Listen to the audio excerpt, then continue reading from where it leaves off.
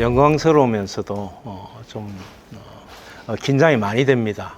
왜냐하면 여기 계신 분들은 우리 한국 최고의 국립해양박물관에 계시고 바다나 이런 해양에 대해서는 누구보다는 더 전문가이신데 한자를 한 제가 이걸 한자를 통해서 이 바다를 어떻게 좀 읽을까 이 자체가 기획은 했습니다만은 좀 상당히 누를 끼치지 않을까 이런 걱정도 됩니다.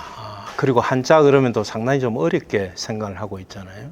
그래서 오늘은 이 한자라는 키워드, 그다음 바다라는 키워드, 그리고 우리가 읽다라든지, 그다음 풀어보다든지, 그다음에 이걸 넘어서서 우리는 여기서 어떤 지혜를 찾을 것인가, 뭐 이런 부분을 가지고 조금 가볍게 한번 접근해보는 이런 걸로 좀 기획을 해봤습니다.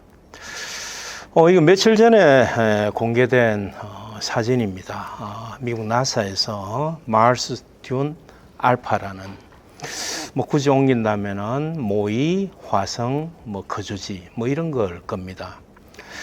그래서 화성에 이제 우리가 사람들이 가서 어떻게 살 것인가 이런 부분을 이제 고민을 하면서 화성하고 똑같은 환경을 만들어서 여기서 여러 가지 실험을 하고 있습니다. 그래서 오른쪽 같은 경우에는 거기서 이제 식량이 돼야 되니 일단 감자가 재배가 가능할 것인지, 왜냐하면 감자는 뭐 아시다시피 가장 이제 인류의 어떤 식량 중에서 또 혁명성을 많이 갖고 있는 거고 또 가장 척박한 땅에서 이렇게 잘 살 수 있는 겁니다. 그래서 아마 이게 선택이 된 것 같습니다. 그래서 이걸 보면서 저는 이 해양과 관련시켜서 좀 특이한 생각을 좀 한번 해봤습니다. 그런 걸 오늘 좀 말씀을 드리려고 합니다. 이거는 지난달입니까? 3월달이죠. 지난달이네요. 많이 논란이 됐던 얘기죠. 이제 중국의 이 풍선 기구가 미국 영역을 들어가 가지고 또 전투기를 동원을 해서 이걸 파괴를 하는 이런 어떤 장면까지 이렇게 이제 우리가 봤을 겁니다. 방금 보셨던 이 두 가지를 우리가 연계시킨다면 많은 사람들이 지금 방금 이 열기구 이것을 얘기를 할 때 정보전쟁이다. 뭐 스파이 정보 수집하기 위해서 여기 와서 이런 걸 하지 않겠는가 뭐 이렇게 이제 많이 얘기를 하는데 정말 그럴까? 저는 조금 다른 생각을 하고 있습니다. 왜 그러냐면 이 장면은 뭐 여러분들 너무나 잘 아실 겁니다. 스타링크 특히 우크라이나 전쟁 때 이 덕을 상당히 많이 받고 세계인들이 이제 주목을 하게 된 거죠.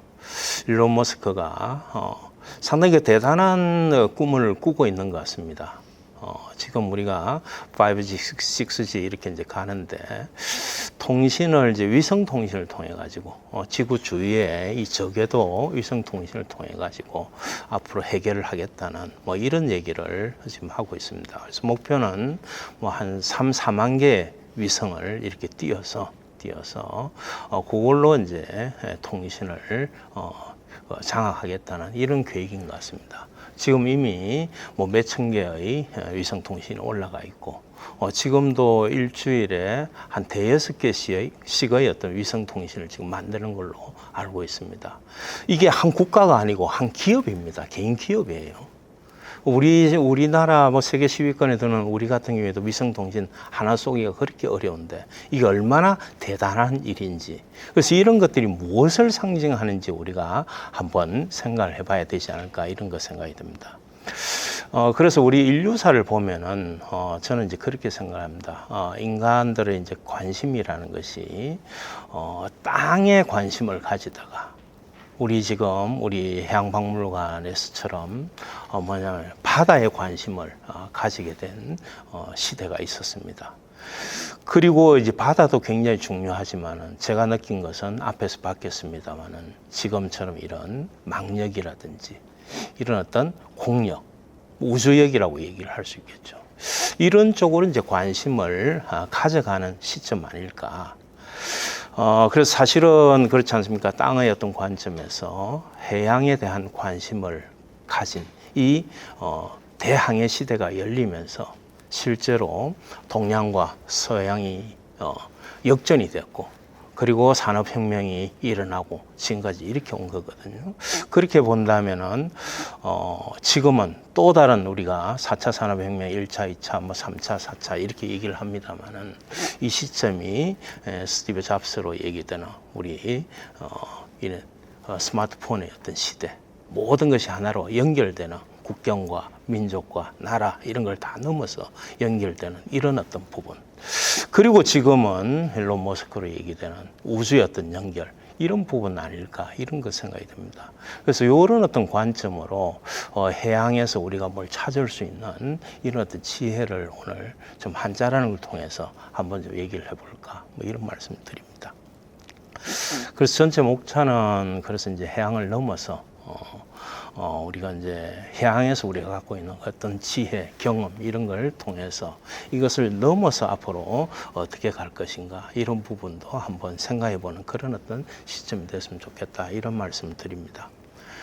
그리고 한자에 대해서 관심을 많이 갖고 또 궁금해 하시니까 우리가 해양이라는 이 단어가 이 글자가 어떻게 만들어졌고 이 속에서 우리는 뭘 찾을 수 있는가 이런 걸 한번 볼 것 같고 그 다음에 이제 항만 도, 섬도자 이런 뭐 글자를 너무 많이 할 수는 없고 한 5글자 가지고 우리가 좀 하면서 이 한국을 포함해서 뭐 저는 이제 중국 전공입니다만 중국이 왜 이 바다를 넘지 못했는가 앞으로는 어떻게 해야 될 건가 이런 것을 우리가 얘기를 좀 해나갈까 이런 거 생각이 듭니다.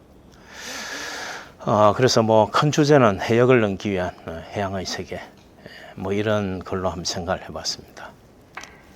정말 멋지죠. 오늘도 우리 저기 날씨도 너무 좋고 바닷가 쪽으로 이제 프런트 쪽으로 가니까 너무나 뭐 속도 확 뚫리고 저도 이제 부산에 살면서 어떻게 이렇게 좋은 바다, 이렇게 넓은 바다, 이렇게 꽉 튀는 이것을 이렇게 경험하지도 못했고 평소에 생각지도 못했던가 이런 거 생각이 드는데요. 우리 해양박물관 정말 멋지게 지어놨지 않습니까? 그래서 이제 해양이란 이걸 이제 한자어입니다, 그죠? 그래서 한자를 보실 때는 한자가 굉장히 복잡할 것 같습니다만은 상당히 분해가 가능합니다, 최소 단위로. 그래서 이제 보시면은 지금 이제 이 네모를 쳐놨습니다만은 왼쪽은 물 숫자니까 그죠? 이것은 좀 물하고 관련이 된 거고 문제는 뭐냐면은 오른쪽에 매양 매자죠. 모두 매번 이럴 때 매자 뜻입니다. 그리고 이제 양자는 양양자고요. 물론 이것이 이제 발음을 이렇게 나타내죠. 하나는 큰 의미를 나타내고 하나는 이제 발음을 나타내는데 한자에서는 이 발음을 나타내는 부분이 상당히 세밀한 의미를 갖고 있다. 이런 게 이제 최근의 연구기도 하고 아직 논란이 좀 있긴 있습니다만은 저도 이제 한자 어원사전을 하면서 한자를 한 5천 몇백 자 이렇게 이제 해체를 해서 이렇게 하다 보니까 그게 상당히 의미가 있는 그리고 일리가 있는 주장이다. 이런 말씀을 드릴 수 있을 것 같아요. 그래서 이제 단순히 도금이 아니라 이것이 어떤 의미를 지향하고 있는가 이런 것을 우리가 살피는 것이 이 해와 양 이 부분에 대한 의미를 살피는 데 도움이 되지 않을까 이런 생각이 듭니다. 그러려면 이제 어원을 우리가 좀 이해를 해야 됩니다. 그래서 한자는 아시다시피 상당히 인류 역사에 있어서 굉장히 오랜 초기 문자 중에 하나고 또 지금까지도 쓰이는 그런 어떤 문자입니다. 그래서 이집트 문자와는 달리 우리가 지금 여러분들도 이거 한번 딱 들으면은 이해가 되실 정도로 한 3천 몇백 년의 전의 한자를 충분히 이해할 수 있어요. 그래서 그 의미도 그때부터 지금 계속 지속적으로 이렇게 사용되고 있기 때문에 특히 우리 한자 문화권에 살고 있는 한국인들에게는 더욱 쉬운 부분이라고 얘기를 할 수 있습니다. 그래서 여성을 나타내는 글자들이 이게 있습니다. 여가 있고 어미 모자가 있고 매양 매자가 있고 이것이 왜 어미 어머니하고 관련이 됐을까 이렇게 생각을 할 수 있겠습니다만 조금 이따 한번 보면 합니다. 요거는 잘 안 쓰는 글자죠. 굉장히 좀 여성이 좀 행동이 난잡하다든지 이런 뜻을 엄난하다 이런 뜻을 가지는 애자입니다. 그리고 요 글자는 잘 알죠. 독자입니다. 그래서 요걸 옛날 글자를 보면은 여자가 왜 이렇게 그려졌을까 하는 것은 이렇게 됩니다. 여성이 이렇게 탁 꿇어 앉아 있는 앉아 있는 모습입니다. 그래서 이게 종속적인 모습이 아니라 여성이 이렇게 앉는 자세가 가능하다고 그럽니다. 남자들은 이렇게 잘 안 됩니다. 그리고 손을 앞으로 이렇게 모으고 있는 모습이에요. 그래서 이게 여자입니다. 그리고 어떨 경우에는 위에 비녀를 꽂고 있기도 하죠. 거기에 비해서 모 같은 경우에는 두 점이 강조돼 가지고 이것은 여에 비해서 출산을 하고 아기를 키우는 양육의 의미가 강조된 겁니다. 오늘 여기도 보면은 비녀가 있기도 하죠. 비녀는 옛날에 남자든 여자든 다 뭐냐면 성인을 얘기할 때. 그래서 대자, 큰 대자 있잖아요. 거기에 이제 가로획을 하나 붙이면 지압이 붙자가 됩니다. 그게 이제 결혼을 한 남성이라는 뜻이 되거든요. 그거하고 같은 거다 이렇게 볼 수 있을 겁니다. 매도 사실은 지금은 매양, 각각 이런 뜻으로 쓰입니다. 원래 뜻은 똑같습니다. 이거하고 여성, 특히 어머니, 왜냐하면 비녀가 있기 때문에 성인 여성 이런 뜻을 갖고 있어요. 그래서 이거는 지금 복합자에서 보면은 이 의미가 남아 있습니다. 자, 한번 볼까요? 요거부터 볼게요. 지금 이게 민첩할 민자잖아요, 그죠? 민첩하다는 뜻이거든요. 그리고 이것이 매자지만 여기서는 어머니라는 뜻입니다. 어머니라는 뜻이고 여기서는 복자는 손으로 회초리를 들고 있는 모습이에요. 그래서 어머니가 옛날에 아이들을 교육을 했던, 그래서 이제 교육을 이런 식으로 회초리 교육은 지금은 안 되겠지만은 옛날에 이제 그게 존재했으니까 그래서 이제 민첩하게 변하는 영민하게 변하는 이런 모습을 반영한 거라고 볼 수 있습니다. 이거는 어머니의 말씀이죠. 깨우칠 회자죠. 깨우치다는 뜻이잖아요. 그래서 교육을 어머니가 담당했던 이런 부분. 그래서 여기서는 매양매자가 아니고 다 어머니라는 뜻입니다. 요거는 후회할 회자죠. 그죠? 저희들이 이제 나이가 들어가면은 항상 어머니에 대해서 상당히 아쉬운 부분이 많죠. 어머니에 대한 마음. 이런 정도로 풀어도 되지 않을까. 이런 거 생각이 듭니다. 물론 여기서 이건 아까 말씀드린 대로 발음 부호가도 관련이 되어 있습니다. 그러나 발음 부호 이외의 의미하고 관련이 되어 있다. 이렇게 볼 수 있겠습니다. 그러면 애는 뭐냐면 잘 안 쓰인다고 그랬습니다만은 이 독자를 설명하기 위해서 이 부분은 좀 우리가 이해를 해야 되는 겁니다. 이 매와 애와 독의 차이는 제가 볼 때는 비녀가 하나고 두 개고 비녀가 여러 개 있는 이런 모습이라고 얘기를 할 수 있습니다. 그래서 여기는 상당히 좀 이미 안 좋은 뜻으로 쓰이고 있죠. 그러면 우리가 이것을 뭐로 고려낼 것인가? 이건 어쨌든 여성하고 관련이 되어 있는 게 여성과 비녀를 여러 개 꽂고 있는 이 모습으로 우리 독약할 때 독이라는 걸 그린 거예요. 그래서 이걸 우리가 한번 좀 봐야 되지 않겠는가. 우리가 뭐 영어에서는 이제 파르마콘이나 베놈이나 이런 뜻이 있습니다만은 파르마콘 속에는 이제 독도 있고 약도 있고 사실은 이게 우리가 독약이라는 게 굉장히 긴급한 데는 독을 써서 진짜 최고의 약으로 쓰기도 하잖아요. 그죠? 이런 것은 동서양이 다 마찬가지인 것 같습니다. 그런데 베놈은 좀 어원이 조금 다른 것 같아요. 그 사랑의 묘약, 최엄제 이런 식으로 성하고 좀 관련이 돼 있는 것 같고요. 그것은 이제 굉장히 좀 부정적으로 지나치게 이제 그런 과하게 이제 그렇게 했을 때 어떤 부정성 이런 걸 강조한 거지 않을까 이렇게 됩니다. 그럼 한자에서는 방금 독이라는 것은 어떻게 만들어졌을까? 아까 말씀드렸잖아요. 여인하고 그다음 비녀를 여러 개 꽂고 있는 이런 모습이란 말이에요. 거기에 비해서 약이라는 것은 굉장히 쉽죠. 위에는 불초자고 밑에는 절골 낙자입니다. 사실 즐거움을 주는 풀. 굉장히 직접적이죠. 옛날에 지금은 화학약품이 많지만은 옛날에 전부 본초 강모 이런 것처럼 거의 대부분 식물에서 나왔거든요. 그래서 이건 쉽게 이해가 될 겁니다. 그런데 독에 대해서는 최초의 어원사전 설문해자라는 책에서는 이 독초라고 이렇게 설명을 하고 있는데 어쨌든 어원적으로 보면 분명히 밑에 여성이 있고 아까 그렇잖아요. 매, 애, 독, 이 관계를 연결을 하면은 비녀의 어떤 상징성하고 관련이 돼 있지 않겠는가 이런 생각이 듭니다. 그렇죠, 그죠? 그래서 요 관계들은 조금 이게 이제 같은 글자군들입니다. 그래서 여러분들이 글자를 이해하실 때 이렇게 이제 구럽화시켜서 설명을 하면 이해를 하면 굉장히 쉽습니다. 근데 이제 그 독에 대해서는 굉장히 좋은 해석을 하나 찾았어요. 그 일본의 시라카와 시즈카라는 굉장히 한자 어원에 대해서 대가가 있습니다.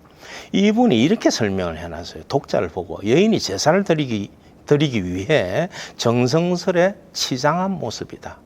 머리의 장식이 특히 화려하게, 왜냐하면 비녀를 여러 개 꽂았잖아요. 그리고 이제 옛날에 이 제사장, 그 다음에 혹은 뭐 이런 그걸 대표하는 여성들 같은 굉장히 진하게 그런 신을 모시기 위해서 뭐냐면은 화장을 하게 됩니다. 그런 모습으로 보이지 않을까. 그래서 독이라는 것이 원래 뜻은 뭐냐면 화장을 굉장히 농염하게 하다.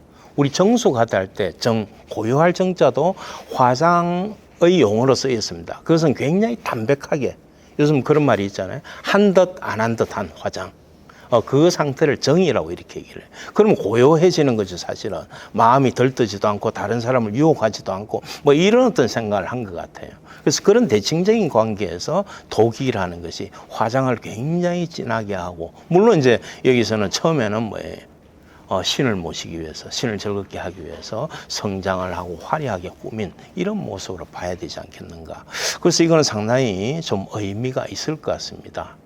그래서 이 부분이 가능하다고 한다면은, 실제로 짙은 화장을 한 모습에서 이렇게 되고, 이것이 어떻게 독이라는 독적인 존재, 가장 대표적인 글자로 남게 되었나 하는 것은, 이 한자가 본격적으로 사용될 때 남성 중심사회, 부계 중심사회였거든요.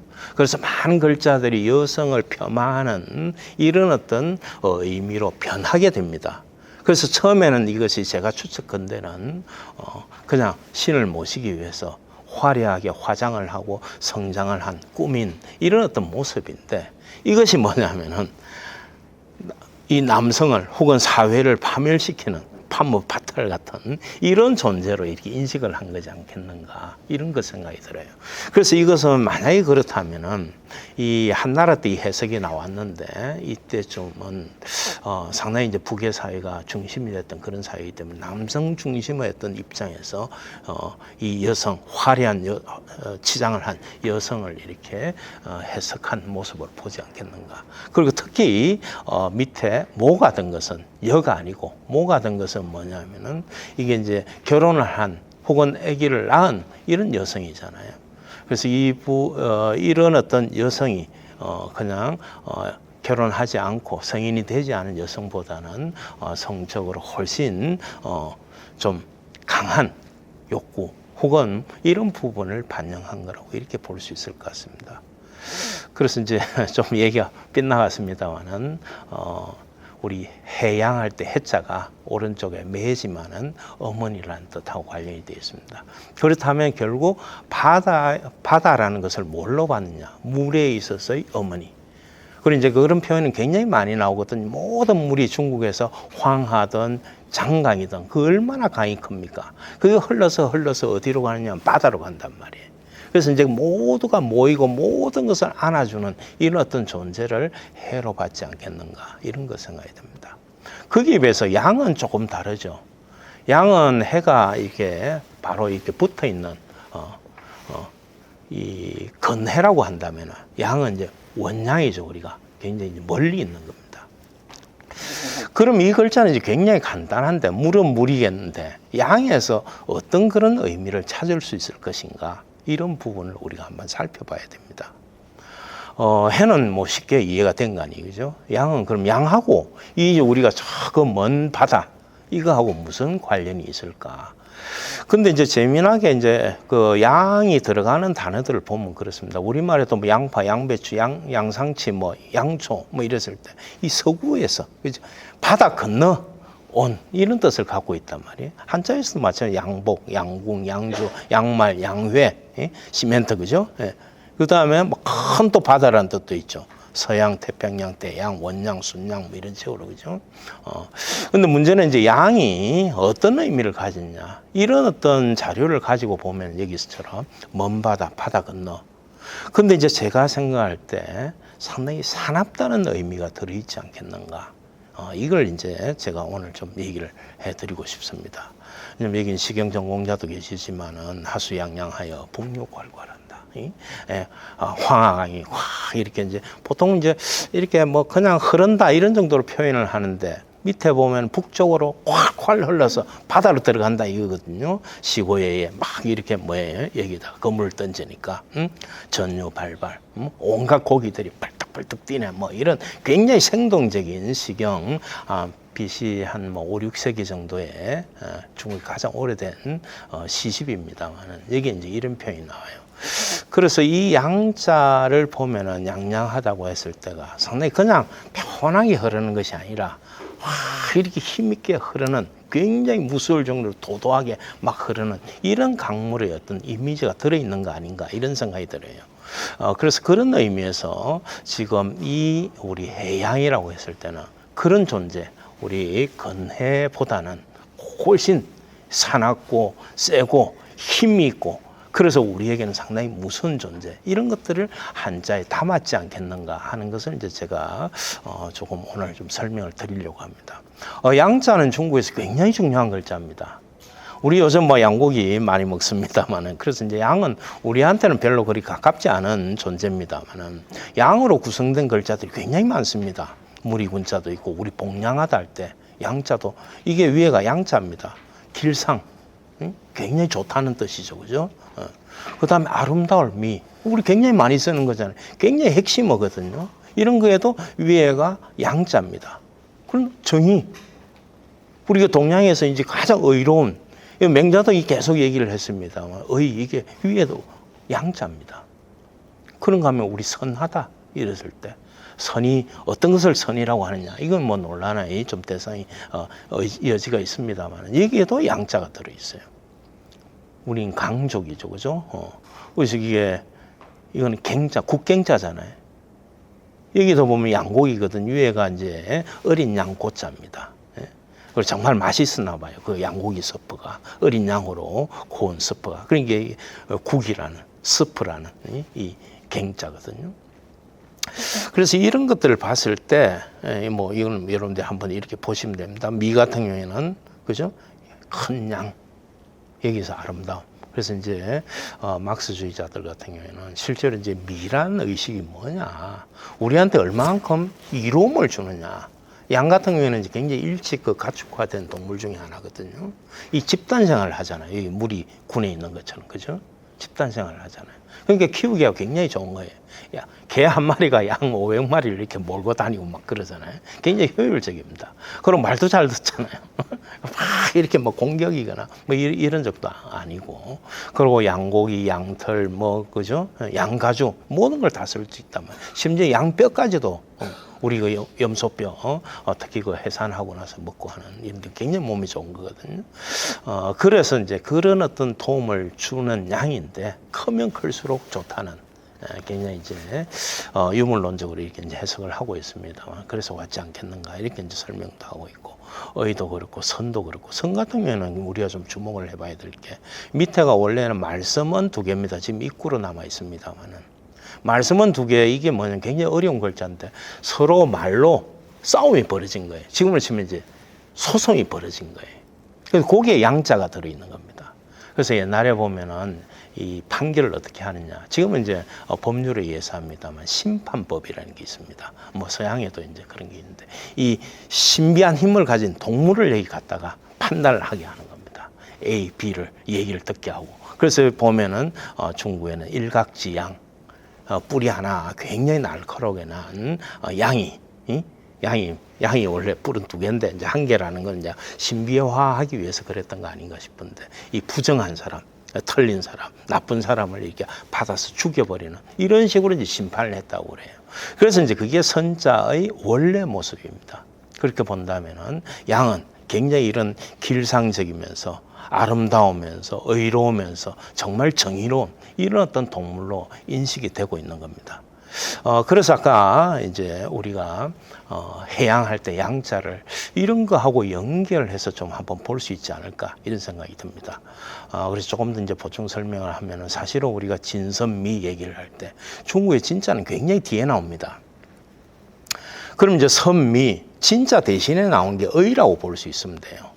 그 도덕적 지향점이 우리가 선이라고 얘기를 할 수 있고 예술의 지향점이 미라고 얘기를 할 수 있고 그 다음에 과학의 지향점이 진인데 중국 같은 경우에는 이 어떤 행위, 행동, 존재 이런 것의 지향점이 의라고 이렇게 얘기를 할 수 있거든요. 그렇게 보면 정말 지고지선한 최고의 어떤 개념어가 다 양으로 구성되어 있다고 볼 수 있습니다. 그래서 그것은 아까 말씀드린 대로 이게 상상의 동물이니까 뭐 이렇게 이제 그려놨습니다만은 이런 모습의 어떤 양이 갖고 있는 단순히 가축으로 해서 양이 아니라 이런 상징하고 관련돼 있지 않겠는가 이렇게 이제 볼 수 있습니다.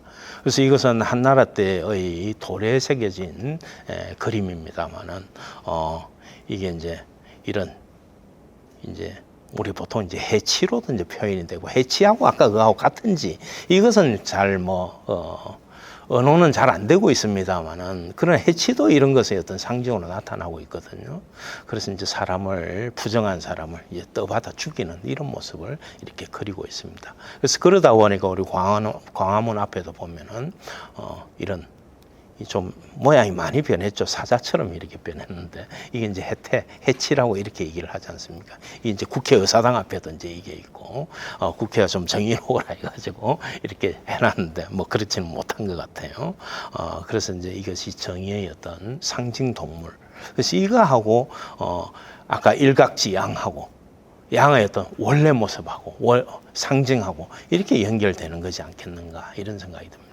이런 것이 이제 가장 직접적으로 남아 있는 건 이런 거죠. 우리 법자에 옛날 글자에는 해태치자가 들어 있었어요. 그래서 법이라는 것은 해치처럼 이 정의로워야 되고, 그다음에 여기는 물과 가다는 뜻 아니에요. 물이 가는 것처럼 항상 일정한 방향으로 낮은 데로 가야 된다. 공평해야 된다는 거예요. 만인 앞에서 항상 공평해야 된다는 거예요. 이게 이제 법의 정신이거든요. 근데 너무 복잡하니까 지금 위에 해치는 사라지고 지금 물 숫자에 갈것자만 일이 있는 겁니다. 그래서 이런 것도 아까 일각지양 뿌리 하나인 양하고 관련된 글자들이지 않을까. 근데 이것만 가지고 해양이라고 했을 때 양자가 어떻게 여기는 굉장히 좋은 뜻이 많이 들어있잖아요. 물론 정의로운 뜻도 있습니다만은 이 양에 대한 어떤 다른 이미지는 없을까? 여기서 좀 이런 걸 찾을 수 있지 않을까 이런 생각이 들어요. 이건 여러분 잘 아시는 각골문입니다. 한자의 거의 최초의 어떤 자료들이라고 얘기를 할 수 있어요. 물론 이것보다 이제 앞선 자료들도 있긴 있습니다만 우리가 가장 체계화된 모습의 글자는 이거라고 볼 수 있습니다. 1899년에 우연히 이렇게 발견이 돼가지고 지금 한 120년 이상 흘렀습니다만은 중국의 많은 부분들이 한자뿐만 아니라 중국의 역사라든지 세계 인류사라든지 이런 부분에 많은 해결을 만들어 주었던 그런 어떤 자료이기도 합니다. 이게 이제 3,300년 전의 글자인데 여러분들 한번 보시면 아는 글자들 많죠 이미. 이게 점을 쳤는데 이렇게 되어 있습니다. 이렇게 되어 있어요. 이렇게 되어 있는데 이제 밑에 보면 이렇게 옮겨놨습니다. 이게 묘자입니다. 묘. 요거는 아시겠죠? 1, 2, 3 할 때 3이잖아요. 요거는 위에 양뿔이 있고 사람이 이래 있고 뒤에 줄이 달려 있는 이런 모습입니다. 요 강. 그 당시에 이 상나라, 이 각골문을 썼던 민족하고 가장 강성하게 대립을 했던 그 강족. 그래서 이 강족에 대해서는 정말 비참할 정도로 탄압을 했어요. 전쟁에 가면 맨날 잡아오고 죽이고 맨날 기록에 강족 몇 명을 죽였다, 몇 명을 잡아왔다. 여기서처럼 제사에도 씁니다. 유일하게 사람을 제사에 썼는데 이 강족들이에요. 그러고 1, 2 할 때 2죠. 이건 소우자입니다. 뿌리고 지금도 비슷하죠, 그죠? 뿔이 이렇게 크게 나 있는 이런 모습을 그린 게. 이 묘는 뭐냐면 제사의 방법입니다. 제사의 방법인데 이 희생물을 이렇게 바치잖아요, 그죠? 돼지든 소든 이런 딱 이 절반을 갈라가지고 우리 탁 이렇게 경상도 말로는 또갠다고 그러나요? 탁 펴가지고 이렇게 바치는 이런 제사를 묘라고 그래요. 묘제사를 지내는데 삼강이죠. 강족 여기서는 3마리 알겠어요. 3사람. 그다음 소 2마리를 쓸까요? 이런 표현이에요. 끔찍하잖아요. 그다음 위에는 뭐냐면 보통 이제 이렇게 올라가는데 위에는 똑같죠. 바뀐 건 이거밖에 없잖아요. 1, 2, 3, 4, 5. 지금 5자하고 같죠. 너무나 비슷하잖아요. 응? 여기는 강족 5명, 소 3마리 쓸까요? 이런 거예요. 그래서 추적을 해보면 이 강족이라는 게 이 상나라 때 가장 이 서북방이 존재했던 민족이거든요. 이 강자가 이렇게 돼 있습니다. 이렇게 돼 있어요. 사람이고 밑에는 그죠? 사람이고 위에는 양입니다. 그래서 양을 토템으로 하던, 왜냐하면 농경이 잘 안 되니까. 그래서 아마 서북 서북 쪽에 조금 이렇게 뭐라고 그래요, 목축민 이런 정도 아니었을까 이런 생각이 들어요. 그래서 이걸 지금 하다가 보면은 지금 강족이 남아 있습니다. 여기 티베트 쪽에 남아 있거든요. 그래서 이쪽에 있다가 이렇게 이제 쫓겨간 걸로 우리가 보통 그렇게 알려져 있습니다. 근데 재밌는 것은 강족의 그 유산 중에 지금 이게 여러분들 보시면 이게 벽돌을 쌓아가지고 돌을 이렇게 굉장히 높이 쌓아가지고 망루탑을 만든 겁니다. 이걸 이제 조루라고 이렇게 얘기를 하는데 중국에 이제 문화유산으로 이렇게 지정이 됐습니다만은 이 험악한 이 지대에서 이 농사도 잘 안 되는 여기서 그죠? 이 높은 이 석탑을 쌓으려면 얼마나 힘들겠습니까? 근데 이거 아마 우리나라에서도 뭐 여행기 이런 거 할 때 많이 소개가 됩니다만 여기서 뭐고 저 멀리서 저기 오면 여기서 막 징하고 이런 북을 막 두드립니다. 그럼 막 이 돌산으로 이게 피신을 하고 뭐 이런 거단 말이에요. 그래서 이 사람들은 실제로 지금은 그런 게 없는데도 이게 이제 자기들 DNA에는 아까 상나라하고의 어떤 그런 어떤 전쟁 그때 상나라가 제국이었으니까 제일 큰 나라였단 말이에요. 이런 거에 대한 두려움, 이런 것들이 계속 남아 있었던 거 아닌가 이런 거 생각이 들어요. 얼마나 이게 다급했으면, 얼마나 무서웠으면, 얼마나 방어를 해야 됐으면 이런 식으로까지 만들어서 했을까 하는. 그래서 본다면은 저는 이 강이라는 것이 아까 양할 때. 양이잖아요. 양을 숭상하는 이 민족이거든요. 굉장히 강성하고 그 다음에 이 한자를 만들었던 사람에게는 아까 굉장히 정의로운 이런 좋고 이런 의미도 있습니다만은 역으로 상당히 두려운 존재 이런 거 있지 않겠는가. 이것이 해양할 때 양에 양자가 들어가. 그래서 바다는 항상 중국인들에게 상당히 두렵고 멀리 해야 되는 그런 존재로 인식을 했던 거 아닌가 이런 그 생각이 듭니다. 그것은 이제 나중에 조금 다시 보충 설명을 하도록 하겠습니다. 그 다음에 이제 우리가 한자 공부할 것은 항만입니다. 항만이. 우리 많이 쓰는 거 아니에요, 그죠? 근데 여기 다 이제 물가니까 이제 다 이렇게 물 숫자 위에 이렇게 돼 있습니다. 근데 상당히 이 글자는 어려운 글자죠, 그죠? 그렇잖아요. 항은 우리 골목 항자인데 골목이라는 것은 마을에 나 있는 길 이런 뜻이 마을길 항 이렇게 얘기를 하기도 합니다. 그러면 이제 물에 나 있는 마을길이 항인 거예요. 말이 되죠? 만은 뭐냐면 오른쪽은 뭐냐면 밑에 활궁자가 있잖아요. 굉장히 복잡합니다만은 위에는 실사자가 두 개 있고 말씀은이 있는데 말씀은이 원래는 제가 연구한 걸로는 이 대나무입니다. 악기예요.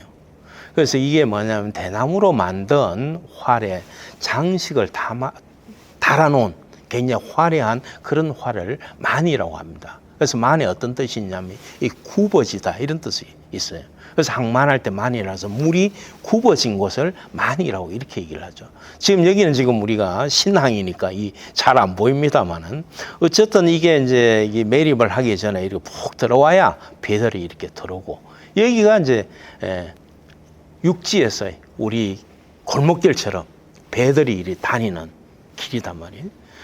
저는 뭐 잘은 모릅니다만 이게 바다가 물이 똑같은 것 같지만 그렇지 않고 그 안에도 이렇게 저기 길처럼 나가지고 그 길을 배가 다녀야 된다고 이렇게 얘기를 들었거든요. 그런 것을 정말 적절하게 잘 표현한 거지 않겠는가 이런 것 생각이 듭니다. 그러다 보니까 사실은 이제 하늘에 있는 것도 우리가 공항이라고 그렇게 얘기를 하죠. 물길이 아닌데도 이것은 의미 확장이라고 이렇게 보여집니다. 우리 지금 신공항 이렇게 합니다. 이렇게 하기로 아마 최근 결정이 된 것 같아요 보니까.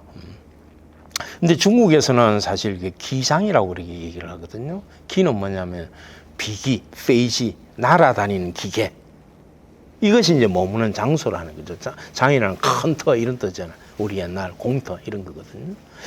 그런데 사실은 이게 이제 일본에서 들어온 한자로 알고 있습니다만 어떤 뭐 일부 지역에서는 아직도 이걸 중국에서조차도 이걸 쓰고 있습니다. 공항 이렇게 쓰고 있거든요. 그럼 항이라는 것은 어떻게 되느냐 보면 아까 그렇게 되어 있습니다. 그죠? 위에는 요걸 다시 또 분석을 합니다. 위에는 공이에요, 공. 공이라고 해서 함께 공자예요. 모두가 함께 하다 이런 뜻이에요. 실제로 이 글자는 두 손하고 뭘 하나 같이 이렇게 받들고 있는 모습입니다. 그래서 공, 함께 하다 이런 뜻이에요. 그 밑에 마음심자가 들어가면 마음으로 이렇게 받들다 이런 뜻, 우리 공경이라는 이런 뜻이거든요. 그렇게 이제 의미가 확장돼 갑니다. 그리고 밑에는 지금 이게 이자처럼 기자 뭐 이런 것처럼 되어 있습니다만은 사실은 업자입니다. 업자는 여기 있는 것처럼 사람이 이렇게 앉아 있고 여기 성곽입니다. 사람이 살 수 있는 성곽, 보호를 받을 수 있는 곳이죠. 그게 업이거든요. 그래서 이것이 들어가면 전부 장소와 관련이 되어 있습니다. 그래서 이제 이 글자가 이제 항인데, 그래서 뭐냐면 이 업, 마을에서 사람들이 함께 공유하는, 길이라는 거 공유하는 거잖아요. 지금도 그렇잖아요. 골목은 뭐냐면 공유라는 거예요. 이것은 내 가까이 것이 아니거든요. 그래서 항자가, 그래서 거리 항자가 만들어진 겁니다. 그렇죠? 그래서 이것이 앞에 물 숫자가 붙으니까 뭐예요? 물길이 되는 거죠. 물길이라는 뜻이. 그래서 그것이 항구, 물길의 입구가 항구인 겁니다. 항만이라는 것은 그 물길이 연결되어 있는 움푹 들어간 곳, 이런 뜻이겠죠. 그렇게 이제 볼 수 있지 않을까, 이런 것 생각이 듭니다. 그래서 이제 만자를 조금 더 보면은 우리가 이제 많은 상당히 재밌는 또 문화적 메시지들이 있습니다. 이렇게 들어간 게 이제 만이고, 요것은 이제 우리나라에서 만든 글자는 아닌데 의미가 우리나라에서만 존재를 합니다. 도금도 그렇고. 중국에서는 꿰천자인데 우리는 곧자입니다. 이렇게 뾰족 튀어나온 장상곧 뭐 호미곧 뭐 이런 거 할 때 곧자를 이렇게 쓰거든요. 아마 이 꼬지처럼 우리도 고지 이렇게 쓰죠. 고지 이렇게 쓰죠. 저 그제도 가니까 뭐 공고지인가 이런 지명이 있던데 그것도 공고시거든요. 공고 이렇게 톡 튀어나온 곳이라는 거죠. 근데 이것은 사실 우리가 문화적으로도 상당히 조금 의미가 있는 겁니다. 우리가 지금 부산에 있기 때문에 부산성을 이거하고 우리가 조금 연결해서 설명을 할 수 있지 않을까, 이런 것 생각이 듭니다. 그래서 아까 말씀드린 대로 이제 물굽이 만자인데 요것은 장식 달린 활, 그래서 굽다, 이 굽어진 곳이죠, 그죠? 튀어나온 것이 요게 이제 요거고, 그렇죠? 그런데 이제 보통 우리가 문화적으로는 그렇게 얘기를 하지 않습니까? 이 이제 만이 항구가 되고, 그것은 이게 뾰족한 뛰어난 곳이 된단 말이에요. 튀어나온 곳이 된단 말이에요. 이 만의 어떤 특징은 우리가 뭐예요? 보통 개방적이고, 진보적이고, 융합적입니다. 왜냐하면 배가 들락거리기 때문에 그런 거예요. 외래 문명도 들어오고. 부산이 이제 그런 곳이죠. 그 부산은 굉장히 개방적이고 진보적이고 융합적이죠. 그렇잖아요. 뭐 이건 굉장히 우리가 좀 자랑스럽게 생각해야 될 부분 아닌가, 이런 생각이 들어요. 근데 이 곳은 배를 댈 수가 없습니다. 될 수가 없어요. 근데 여기는 상대적으로 그렇다면은 뭐냐면 굉장히 폐쇄적이고 보수적이고 분리적이고, 뭐 한국으로 치면 예를 들어서 이건 부정적으로 얘기하는 것이 아니라 안동 같은 곳은 바다에 이렇게 나와 있는 곳은 아니지만 문화적으로는 부산이 예를 들어서 만이라고 한다면 안동 같은 곳은 상당히 곳에 해당되는 거지 않겠는가. 왜냐하면 외래와의 어떤 접촉이 굉장히 제한이 되고, 그러다 보니까 굉장히 전통을 고수하고, 그러다 보니까 모든 것이 보수적이 되고 조금 폐쇄적이 되고 좀 분리적이 되고, 이런 개념으로 볼 수 있지 않겠는가. 그래서 이건 문화적으로 상당히 중요한 개념이다, 이렇게 이제 볼 수 있을 것 같아요. 그래서 사실은 이제 지리적 위치에서 문화적 상징으로 옮겨가는 것이 곳과 만이지 않겠는가. 이제 그렇게 본다면은 뭐 우리 부산 같은 경우에는 어떻게 이제 부산의 특징을 얘기할 수 있을까. 지금 이건 뭐 잘 아시는, 그죠? 우리 포항. 이 특히 등대박물관은 굉장히 잘 돼 있는 것 같습니다. 저도 뭐 자주 가고 이랬는데, 그렇잖아요. 이게 이제 호미곶이라는 게 이거거든요. 곶. 그렇죠. 옛날엔 장기곶이라고 이렇게 돼 있던데 지금 호미곶이라고 그러고, 이 곶이라는 것도 지금 보면은 그렇잖아요. 이게 지금 아까 말씀드린 이거는 한자에서 있었지만은 한국에 와서 고지곶이라는 의미와 도금이 새로 생긴 글자입니다. 그렇게 봐야 될 것 같고. 그래서 일제시대 때는 보니까 이게 갑을 썼더만요. 그래서 일본에서는 아마 곶을 갑이라고 쓰는가 봐요. 그래서 이제 이런 것도 뭐 예를 들면 옛날에도 보면 일제강점기에는 장기갑 이렇게 이제 지명이 고쳐진 거거든요. 그래서 아마 그 이후에 지금 다시 우리 곳으로 이 고자를 써서 고친 거 아닌가. 장기곳을 다시 또 우리 한반도 전체를 호랑이 이걸로 이제 비유를 하면서 호미, 호랑이 꼬리에 톡 튀어나온 모습 이렇게 이제 그린 거 아닌가 이런 거 생각이 듭니다. 그렇게 본다면은 부산성을 얘기할 때, 저는 다이나믹 부산 이거는 상당히 좋았다고 봐요. 근데 요즘 갑자기 이걸 부산이 이제 뭐 이런 구조를 바꾸어서 우리가 뭐라고 할 얘기는 아닙니다만은, 이 부산성을 좀 굉장히 잘 표현을 한 것 같은데, 조금 이것은 조금, 물론 이 말이 뭐 나쁜 건 아닙니다만은, 좀 이것이 주는 굉장히 상징성, 딱 이런 어떤 상상성, 이런 건 좀 상실을 시킨 거 아닌가. 뭐가 좋다 말이고, 응? 그 차라리 판타스틱 이런 걸로 하든지, 판타스틱 부산 딱 이러면은 뭔가 여기서 좀 더 발전된 이런 걸로 갈 수 있었을 것 같은데 그런 생각이 듭니다. 왜 그러냐 하면은 부산이라는 게 요 말씀 조금 드릴게요. 부산이라는 것이 우리 가마솥부 이렇게 얘기를 하잖아요. 산산. 물론 이건 설은 상당히 많습니다. 저 앞바다에서 봤을 때 우리 수정동 그 산을 이렇게 가마솥 뒤엎어 놓은 모습처럼 보여요. 그래서 거기도 지명이 아주 정산인가 하는 곳이 있는 것 같습니다. 양산에도 있지만은. 그래서 이제 가마솥 이렇게 얘기를 하는데, 부는 위에가 아버지 부자입니다. 밑에가 쇠금자고요. 그래서 아버지는 남성 중심 사회가 되면서 굉장히 크다는 의미를 가집니다. 큰 쇠솥 이런 뜻이에요. 그래서 그것이 합쳐져서 지금 부가 된 겁니다. 그런데 이것을 우리가 조금 좀 다르게 좀 설명을 할 수는 없을까 이런 좀 생각. 아까 이제 다이나믹 이걸 이제 보면서 부산이죠 굿 이걸 보면서 우리 이제 부산 사람들이니까 부산의 정체성을 뭘로 볼 것인가. 근데 산을 그냥 그런 우리가 존재하는 마운틴 산으로 볼 것인가. 그렇지 않다는 거예요. 중국 최초의 그 어원사전 AD 100년에 만들어진 사전입니다. 설문해자에 산자를 이렇게 설명을 하고 있어요. 산은 선이다. 베풀선자에 아마 도금이 같은 글자를 가지고 설명을 하는 게 이제 그 당시의 유행이었는데, 산을 정의할 때 산은 뭐냐? 산은 산이 아니고 돌이 있고 이런 모습의 산이 아니고 베푸는 존재다. 이해 잘 가십니까? 그거 왜 그러냐 했더니 이렇게 해놨어요. 위능선상기 생만물야. 모든 길을 잘 이렇게 뿜어가지고 잘 분산시켜가지고 모든 만물을 먹여 살리는 곳이 산이라는 거예요. 우리가 이제 큰 산 밑에 가보면 그러잖아요. 대표적인 게 소백산, 지리산 이런 밑에 가보면 그 산 진짜 옛날에는 풍부하게 살 수 있는, 지금 같으면 온갖 봄나물 다 나오죠. 조금 있으면 버섯 나오죠. 열매 나오죠. 온갖 걸 다 먹여 살릴 수 있는 곳이단 말이에요.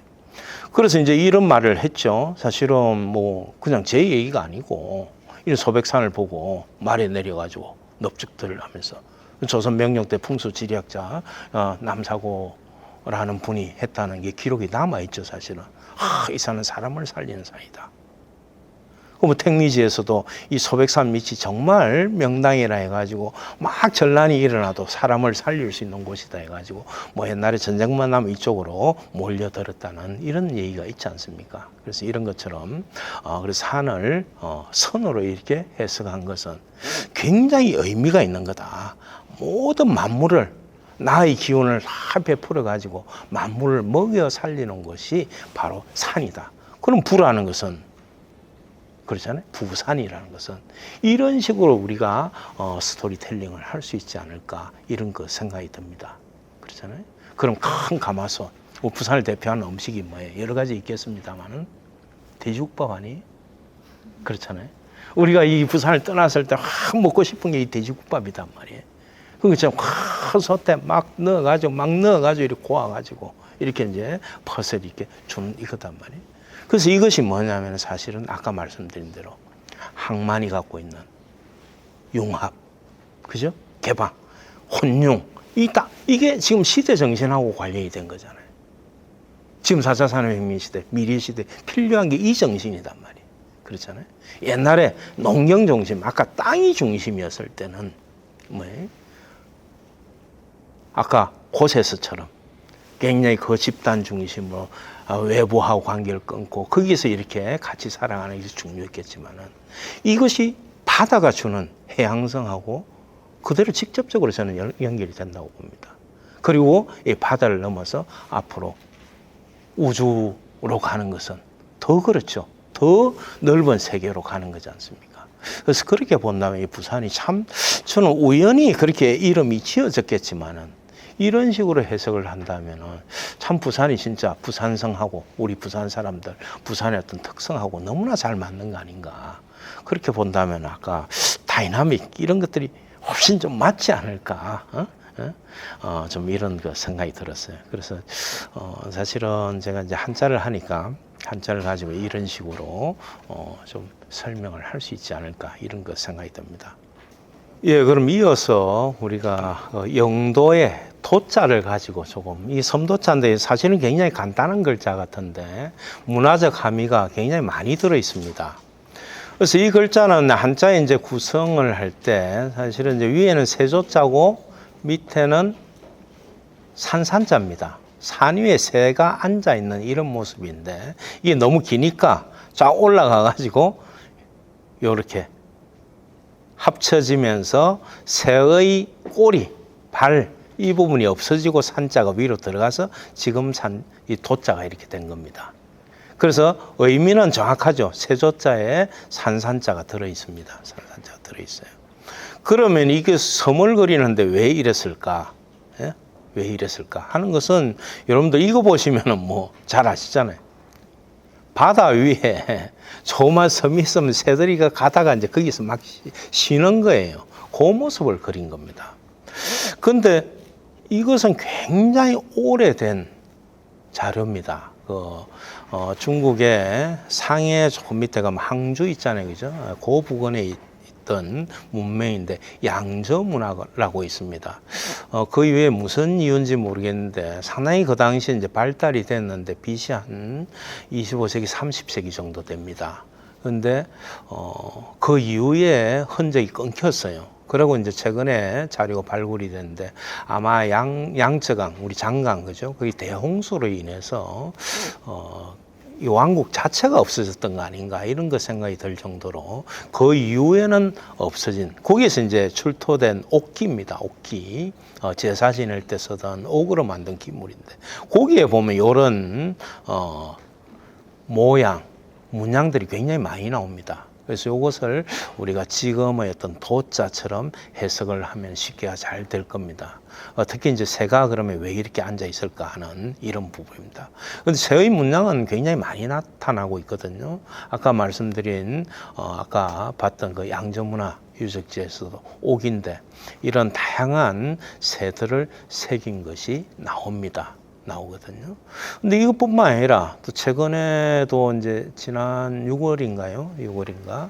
굉장히 지난해 6월이죠. 새로 발굴이 돼가지고 중국의 이제 중앙 TV, CCTV죠. 거기서 일주일 동안 생중계를 할 정도로 이렇게 이제 중요한 유적지 삼성태.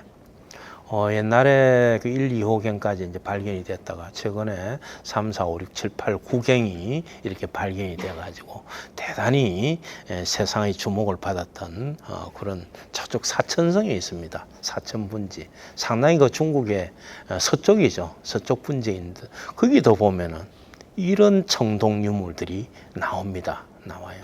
그래서 사람의 얼굴, 새의 얼굴 혹은 거기에 몸통이 새로 돼 있거나 이런 모습들이 나오거든요. 그래서 이런 문장들이 굉장히 많죠. 특히 한국에서도 우리 경상도 지역, 특히 가야, 그 다음에 경주 이쪽에 좀 많이 분포를 하는 것 같습니다. 뭐 이런 거 있죠, 그죠? 요거는 제가 알기로는 지금 함안박물관 거기 표지로도 이걸 지금 사용하고 있는 것 같은데 보면 새 장식들이 이렇게 돼 있고 그다음에 김해박물관에도 가니까 어떤 금속 장식에 새가 뭐 70몇 마리 들어있는 이런 것도 있는 것 같습니다. 그런 게 있거든요. 그래서 이거 보면 지금 우리 대통령실 새로운 로고에도 보면 이제 봉황이 들어있는데 근데 이거는 좀 이게 이제 검찰하고 좀 관련된 거 아닌가 이런 생각이 좀 들던데 모르겠습니다. 어쨌든 지금 각골문의 대상이 되고 있는 상나라, 각골문이 이제 주역이죠. 상나라 같은 경우에는 이게 이제 상나라에서 출토된 청동기인데 거기에 나온 명문입니다. 이 부호라는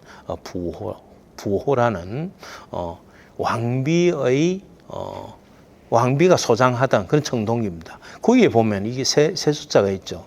그리고 현입니다. 현. 실타래거든요. 우리 거물현. 그 끈게 시커멓게 물들이는 실이라고 그래서 나중에 현이 이렇게 됩니다. 그래서 현조거든요. 그 상나라의 시조가 보면 어떻게 되느냐 하면 그렇게 됩니다. 하늘에서 제비가 이 현조가 제비로 뭐 보통 설명하기도 하고 어떤 사람들은 까마귀로 설명을 하기도 하고 아예 뭐 그냥 현조라고 해야 된다. 어떤 새인지 모르니까 신성한 새다. 그래서 알을 떨어뜨렸는데 그걸 여인이 삼켰더니 회임이 돼가지고 상나라의 시조 설을 낳았다 하는 게 시경에도 나오고 상나라의 탄생신화입니다. 그래서 상나라는 보면은 새 토템하고 관련이 되어 있습니다. 이것도 지금 보니까 지금 얼마 안 됐죠. 지난해입니까?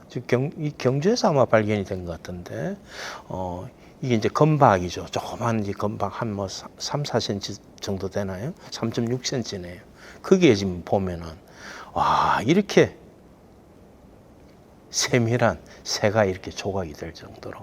그래서 이런 것도 이제, 우리 박혁거새나 뭐 이런 것처럼, 그 다음에 뭐, 알지, 이런 거하고 관련이 된, 그건 뭐 난생설하고 관련이 되어 있습니다만은 어쨌든 새하고 관련이 되어 있다. 그런 거 생각이 들어요. 그래서 조라는 것이 단순히 이제 산 위에 이렇게 새가 있는 것이 아니라 새 토템하고 관련이 되어 있습니다. 그래서 이제 토템을 조금 말씀을 좀 드려야 될 것 같은데 중국 민족의 이제 탄생설화, 방금 이제 새 알을 먹고 탄생했던 상나라의 시조, 설의 어떤 신화 위에 지금 보면은 이거는 지금 어디에서 이제 발견이 됐냐면은, 반파라고, 여러분들 진시황릉 있잖아요. 그 부근이라고 생각을 하시면 됩니다. 서안, 중국의 황하의 중상류 쪽입니다. 거기서 이제 발견이 된 건데, BC 45세기 작품입니다. 지금부터 6,500년 전이거든요. 굉장히 잘 만들었어요. 이게 밑에가 호리병입니다. 호리병이고 위에 사람의 얼굴을 하고 있어요. 그리고 여기 이제 원래 주둥이가 있어야 되는 주둥이를 못 쓰니까 지금 여기다가 주둥이를 만든 거거든요. 그래서 이게 도대체 무슨 상징일까? 이런 이제 상징을 잘 해석을 못 하고 있거든요. 근데 이제 제가 여러 이제 연구를 통해서 저는 이것이 호리병에서 사람이 탄생한 모습, 그것을 형상적으로 그렸지 않겠는가. 그래서 조금 이따 설명을 하겠습니다. 이런 흔적들은 굉장히 많이 나타나고 있습니다. 인류학 자료에서도 보면은. 요건 이제 라후족인데, 라후족의 제사장들이 제사를 지내고 있는 모습입니다. 그래서 이제 아직 모계의 흔적이 남아있기 때문에 여성들이 다 제사장들입니다. 그리고 앞에 호리병박을 이렇게 두고 있어요. 그래서 이게 뭐냐면 자기들 선조가 이 호리병박이 깨져가지고 그 안에서 씨가 7개 나왔는데 가장 큰 게 라후족이 되고 두 번째 큰 씨가 한족이 되고 한족이 들으면 기분 나쁘겠지만은 그 다음에 목은 누가 되고 뭐 이런 식으로 이 호리병박에서 이 탄생한 선조의 설을 갖고 있습니다. 이거는 쿤밍에 있는 남성 수도죠, 그죠? 거기 있는 이족들이라고 하는 이족이 경영하는 한약방의 모습입니다. 근데 여기에 우리 태극기 걸듯이 이렇게 호리병을 내걸고 있어요. 이 이족도 보면은 뭐 자기들 선조가 거의 비슷해요. 호리병박에서 이렇게 태어난 걸로 이렇게 되어 있습니다. 그리고 여기는 창원이라고 여기는 안곽화도 있고 굉장히 그 신석기 시대까지 막 올라가는 유적지입니다. 거기에 보면은 이 안곽화에 보면은 이 사강이라는 것이 뭐냐면 호리병이란 뜻이래요. 그래서 거기서 나왔다. 그래서 지금 이제 조형물을 이런 식으로 만들어 놓고 있습니다. 그래서 이런 것들이 한족에는 아직 이런 섭속은 없지만은 옛날에 출토된 황하강 쪽이니까 북쪽 지역 아니에요. 여기서 그 모습을 형상화한 게 이런 거지 않겠는가, 이런 거 생각이 들어요. 그렇게 본다면은, 자, 이것은 지금, 산동성하고, 그 다음에 상해하고 그 중간쯤, 연운항이라고, 우리 기아 아마 자동차가 아마 거기 있는 걸로 알고 있어요. 그래서 우리 황해 쪽입니다. 황해 쪽에, 바닷가 쪽입니다. 그래서 거기는 지금 이런 안각하에 이런 게 있어요. 이 보면은 여러분도 아시겠지만은 이게 풀에서 이렇게 나와서 꽃이 이렇게 됐습니다. 꽃이 이렇게 되는데 꽃이 전부 사람의 모습을 하고 있어요. 만약에 방금 그 모식을 여기다가 넣는다면은 이쪽에서는 자기들 선조가 어디서 나온 거예요? 꽃에서 나온 거예요. 식물에서 나온 거예요. 여기가 농경이 중심이 되던 곳이거든요. 그래서 여러분들 그 꽃뿌리 영자 있잖아요. 영웅할 때 영자. 이런 게 뭐냐면은 사람을 지칭하는 데서 최고의 글자가 영입니다. 웅도 있고 준도 있고 글도 있고 뭐 이런 게 있습니다만은 회남자라는 책에 보면은 지략이 10,000명이 넘는 자를 영이라고 한다. 이렇게 이제 돼 있어요. 그 다음에 여러분들 황제할 때 제 임금 제자 있잖아요. 그것도 꼭 꼭지가 이렇게 염으로 있는 모습입니다. 그렇게 되게. 그 다음에 중국을 여러분들 중화 이렇게 얘기를 하잖아요. 중국 자신들이 자기를 화하라고 불렀거든요. 꽃화자입니다. 그게 꽃이 확 피어 있는 모습이에요. 그런데 이제 그것이 너무 숭고한 뜻을 가지게 되니까 나중에 우리 꽃화자 밑에 변화할 화자를 만든 거예요. 이런 식으로 이제 변화가 된 거거든요. 그래서 이런 것들은 전부 식물 숭배하고 관련이 돼 있다. 이렇게 이제 볼 수 있을 것 같습니다. 그런가 하면은 아까 상나라 유적지입니다. 지금 언허 거기 박물관에 소장되어 있는 유물입니다. 거기에 보면은 이제 이름이 어떻게 되어 있냐면은 도효 신인면상 이렇게 되어 있어요. 토기로 만든 올빼미죠. 올빼미하고 그 다음에 뭐냐면은 몸통은 사람이고 이런 모습이 되어 있습니다. 자, 아까 상나라가 어떻게 탄생을 했다고 그랬나요? 현조가 떨어뜨린 알을 먹고 자기들 선조가 생긴 거잖아요. 그리고 그 아까 청동 명문에도 현조라는 게 이렇게 나온단 말이에요. 명문이 나오고 이것은 바로 그런 모습을 형상한 거지 않겠는가. 그래서 이 앞에 말씀드린 이런 거라든지 호리병에서 나왔다든지 이런 것들이 다 같은 맥락에서 연결이 될 수 있다는 거죠. 그렇죠, 그죠? 그래서 이런 어떤 삼성태에서 나온 것도 지금 아직 밝혀지지는 않았습니다만 세숭상 민족하고 관련이 되어 있지 않겠는가 이런 것 생각이 듭니다. 그런 의미에서 지금 우리 민족하고 이제 관련된 건데 이런 자료들이 있습니다. 그래서 이건 여러분들 굉장히 잘 아시는 그림 아니에요. 저쪽 연영성 그 홍산문화라고 하는 곳에서 발견된 여신상입니다. 여신. 중국에서 가장 시기가 오래됐고 그 유일한 여자 신을 형상한 이런 토기가 발견이 된 겁니다. 그래서 이게 지금 굉장히 이제 중국에서도 이제 문제가 되고 또 우리는 또 우리 문명하고 굉장히 관련된 거라서 굉장히 관심을 많이 가지고 있는 겁니다. 근데 이거하고 같이 출토된 게 이거예요. 웅도준이라고 얘기를 하는데 여기 이제 곰의 모습을 한 이런 어떤 술그릇입니다. 술그릇이에요. 그럼 여러분들 이거 여신하고 곰하고 연결되면 부득 생각나는 게 뭐 있을 거 아니에요? 웅녀 아니에요, 웅녀. 우리 당군신화 그렇잖아요. 그리고 거기가 어디에 우리 고조선이 있었던 땅이단 말이에요. 그래서 거기서 점점 내려와 가지고 그럼 이건 이제 곰숭배하고 관련이 돼 있는 거거든요. 근데 재밌는 것이 제가 이제 최근에 지난 얼마 안 됐습니다만 논문을 한 편 썼는데 초나라 주간에서 초나라 지역에서 이제 대나무에 막 새겨진 그려진 글자들이 요즘 굉장히 많이 발굴이 됐습니다. 근데 거기에 나오는 글자 중에 이게 이 글자가 있어요. 밑에는 곰능자, 우리 능력할 때 능자가 곰능자입니다. 이게 뭐냐면 머리고 이게 몸통이고 손을 이렇게 발하고 이렇게 세우고 있는 이런 모습이에요. 근데 이제 그것이 능력이라는 뜻으로 쓰이게 되죠. 왜냐하면 곰이 그 능력이 굉장히 강합니다. 제주도 좋고, 그 다음에 거대한 몸무게로 시속 70km까지 달릴 수도 있고, 굉장히 영민하거든요. 그래서 이제 굉장히 이제 우리가 이제 우리 옛날 고조선에서 토템으로 삼을 만한 호랑이하고 결국 싸워가지고 이제 곰민족이 이렇게 이기는 거잖아요, 그죠? 그럴 충분한 이제 그런 어떤 자격을 갖고 있는 동물이거든요. 그래서 능력이라는 뜻으로 쓰이게 되자 다시 밑에 점 4개를 붙여가지고 이제 불화자라는 설도 있고 이제 큰 대자가 변했다 이런 설도 있는데 그게 곰웅자가 됩니다. 우리 웅담할 때 웅자가 되거든요. 그래서 이게 곰이란 뜻이에요. 그리고 위에는 날개가 있어요. 날개. 그래서 날개를, 근데 이게 무슨 뜻으로 쓰이느냐 하면은 하나라는 뜻으로 쓰여요. 그래서 이 관계를 사람들이 지금 밝히지 못했는데, 저는 이제 논문에서 이제 그렇게 설명을 했거든요. 이 일자의 다른 글자가 이 일자입니다. 가짜 일이죠, 그죠? 그래서 이게 원래 글자가 보면 바깥이 호리병이고 위에 호리병 뚜껑이고 그래요. 안에 이제 길자가 들어있고. 그래서 일이 무슨 뜻이냐면 중국에서 단순한 숫자가 아니거든요. 모든 만물을 생성하는 근원이에요.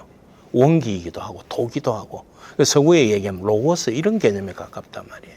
그래서 이 순간 모든 것을 만들어내는 존재가 일이고 그 다음에 이것은 뭐냐면 호리병 속에 설명이 그렇게 되어 있습니다. 음기, 양기가 지금 나누어지지 않은 상태, 혼용의 상태로 꽉 이렇게 섞여 있다가 확 이렇게 나와서 음양으로 바뀌잖아요. 그 직전의 상태를 일이라고 이렇게 얘기를 하고 있거든요. 그래서 이것이 아까 말씀드린 호리병에서 사람이 태어난 이런 모습을 반영을 했다면 이것이 일로 쓰였다면 이 곰에서 탄생한 거 이 글자로 볼 수 있지 않느냐는 거죠. 분명히 문맥상으로는 일로 쓰였단 말이에요. 완전히 일하고 똑같이 쓰였어요. 그렇게 볼 수 있지 않겠냐. 다만 우라는 것은 날개니까 뭘로 볼 것이냐. 굉장히 신성성을 강조한 한나라 때 보면 우인이라 그래요. 사람 날개 팍 타고 내려오고 뭐 이런 것도 있잖아요. 이 우리 그 경주에서 나온 천마 이런 것처럼 이 하늘에서 내려왔다는 이런 어떤 상징을 가질 수도 있고 혹은 아니면은 새 토템하고 관련된 이런 걸 수도 있지 않겠는가. 만약에 새 토템이라고 한다면 새 토템과 새를 숭상하는 민족과 그 다음에 곰을 숭상하는 민족이 합쳐져 모습의 어떤 글자로 남았던 거 아닌가 이런 거 생각이 든다는 거죠. 그래서 이게 이제 그 초나라 죽간에 있는 그들의 모습인데 이게 굉장히 많이 나옵니다. 그래서 지금 이렇게 이제 쓰는데 이 글자는 없죠. 근데 이제 일로 읽고 의미는 그렇다. 그래서 각골문 같은데 각골문 아니고 그 청동기 명문에 좀 이런 모습이 나옵니다. 그래서 혹은 이것이 이 글자의 전신이지 않을까 이렇게 이제 생각을 하는데 잘은 모르겠습니다. 이거는 왜냐하면 새처럼 좀 생겼거든요. 근데 이제 발이 이렇게 그려진 것은 사실은 각골문이나 이런 데서는 새의 발이 이렇게 그려진 경우는 없습니다. 동물 중에서도 뭐냐면 상나라 선조라든지 중국 그의 굉장히 선조 우리 뭐라고 그래 우리 굉장히 그 신화 시대에 있는 이런 사람들 그릴 때 원숭이처럼 그려놓고 발을 이렇게 그리고 아마 초기에 유인원에서 이렇게 변해온 이런 모습을 그리지 않겠는가 이런 생각이 드는데 그런 어떤 신성한 동물을 그릴 때 이런 발을 이렇게 그리고 있습니다. 새의 발이나 보통의 동물의 발은 절대 이렇게 그리지 않습니다. 그래서 그렇게 본다면은 이거하고도 좀 관련성이 있을 수도 있지 않겠는가 이런 거 생각이 듭니다. 그래서 이제 글자 얘기가 좀 많아졌습니다만은 좀 설명을 드리면 그래요. 이런 어떤 곰을 숭상한 글자가 방금 봤던 것처럼 일자로 쓰인 거 있잖아요. 그다음 호리병에서 만들어진 거 그것이 이 일자로 가고 그래서 이런 글자로 가고 그다음에 이 호리병에서 만들어진 이 민족들이 중국 문명의 대부분을 차지하게 된 거죠. 그러면서 각 지역에 있던 이런 어떤 흔적들은 좀 사라졌던 거 아닌가. 그것이 지금 다시 출토된 거 아닌가. 그럼 초나라가 그러면은 곰 토템하고 관련이 있느냐? 초나라가 이제 양자가 밑에 있는데 지금 연구를 해보니 거기가 아니고 처음에는 북경 지역에 있었어요. 그래서 점차 내려가 가지고 양자강까지 가고 진나라도 우리 성이 뭐냐면은 진나라가 진시황 있잖아요. 그 영시잖아요. 영이 그게 곰이란 뜻이거든요. 곰을 그렸어요. 그래서 곰 토템하고 관련이 되어 있습니다. 그러면 진시황이 저 서쪽에 있는데 어떻게 했냐? 이것도 연구를 해보니까 여러 가지 설이 있습니다만 지금 가장 강력한 설은 산동성 지역, 산동성 북부 지역에서 이동을 해 가가지고 특히 이제 상나라 초기에 상나라가 망하고 반란을 일으켜가지고 주나라한테 지배를 삼감의 난이라고 그러죠. 그때 이제 서쪽으로 이동이 돼가지고 이제 서쪽 서북방을 지켜라 해가지고 이제 거기서 이제 정착을 해가지고 나중에 특히 이제 서주가 이제 망하고 동주로 넘어올 때 큰 공을 세웠던 것 같아요. 그래가지고 이제 하나의 제후국으로 이렇게 성장을 해서 나중에는 급기야 전체 중국을 통일하는 이런 또 왕조가 된단 말이에요. 그러면 이제 곰 토템하고 관련된 게 성을 영어로서는 진나라, 진시황. 그 다음에 초나라에서 이 일로 나오는 이 부분들. 이런 것들이 묘하게도 우리가 봤을 땐 전혀 지금 곰 토템하고 관련되어 있는 아까 연영성하고 관련이 되어 없을 것 같은데 지금 그 원조를 따져보면 다 거기서 북경 쪽으로 이렇게 내려가가지고 확산이 되고 이동이 됐던 이런 어떤 민족으로 볼 수 있지 않겠냐. 그러고 이제 요동 지역에서 이쪽 우리 한반도 쪽으로 내려와가지고 한 게 우리 당군 신화 이런 부분이지 않을까. 그리고 남쪽에는 뭐냐면 해안 쪽에는 새 토템입니다. 아까 조로 얘기했던 것처럼. 아까 우리 이 가야라든지 요쪽 이제 신라점 남쪽이라든지 이런 부분에서 새가 많이 등장하는 이런 부분들. 그 다음에 양저강에서 하류에서 나왔던 아까 양저문화 이쪽에서 나왔던 새 토템 이런 것들은 다 해양 문명으로 이렇게 이제 얘기가 되고 있거든요. 그래서 우리 한반도 문명은 그렇게 합쳐진 거 아닌가 이런 거 생각이 들어요. 그래서 도가시고 너무 이제 많은 얘기를 했는데 지금 도라는 것이 사실 이제 새가 들어있는 것이 단순히 이제 우리가 저 5, 6도에서처럼 새가 뭐 지나가다가 이렇게 쉬는 곳 이런 게 이제 섬이라는 뜻이 아니라 새 토템하고도 관련된 거지 않겠는가. 그래서 우리 민족의 토템 또 새하고 곰하고 관련돼서 좀 재밌는 글자를 하나 발견했기 때문에 그 말씀을 드렸습니다. 그럼 이제 마지막입니다. 사실은 이제 바다가 그런 두려움을 갖고 있다 하더라도 사실은 바다하고 친해질 이런 어떤 기회는 굉장히 많았습니다. 뭐 스님들 잘 아시겠지만 이 정화의 대분단 이건 뭐 우리가 해양사에 있어서 뭐 어마어마한 거 아니에요. 근데 왜 그렇게 했을까? 이 보세요. 얼마나 멀리까지 이렇게 갔어요. 여기까지 이렇게 갔는데도 그랬던 것은 바다에 대한 어떤 두려움 이런 거였지 않겠는가. 이뿐만 아니죠. 한서에 보면 이런 정도의 기록이 있습니다. 대지는 서역에 있는 나라입니다. 대지기 이탈리아 로마 거기를 얘기를 하는 거거든요. 만리가 넘는 해로를 따라 남쪽으로 항해하면 대진에 도착할 수 있습니다. 이게 약 지금으로 치면은 한 1900년 전 기록이거든요. 한서니까. 대지는 면, 비단, 청옥, 백옥, 구리, 철, 가죽, 상아, 뿔, 낙타, 말 등의 상품을 생산합니다. 대전의 관리와 백성들은 청년과 어려움을 소중히 여깁니다. 상당히 상세하게 기록이 되어 있어요. 그다음 공식 도장은 어떻게 하고 어떻게 법률까지 이렇게 기록이 되어 있을 정도로. 그러면은 여기를 갔다는 얘기잖아요. 그렇잖아요. 이미 정화 이전이 아니라 훨씬 2000년 전에 이렇게 소상히 알고 있는 거예요. 물론 육로를 통해 가지고 그 실크로드를 통해서 뭐 그렇게 연결될 수도 있겠지만 여기 뭐 만리가 넘는 해로를 따라 남쪽으로 항해하면 도착한다고 이렇게 돼 있거든요. 그래서 기록은 이 구체적인 기록은 항로 이런 것은 없습니다만은 물론 이제 이런 것들이 이제 여기에 그 단점이죠. 항로를 콜럼버스가 뭐 바다를 넘었던 것이 중요한 것이 아니라 사실 항로를 기록했기 때문에 그 사람들이 그걸 따라서 갈 수 있었던 거죠. 그래서 대항해 시대가 열리는 거지 않습니까? 그래서 육지에 대한 기록은 그렇게 상세하게 막 이렇게 하면서 이 해로에 대한 것은 왜 이랬을까 하는 좀 아쉬움이 남죠.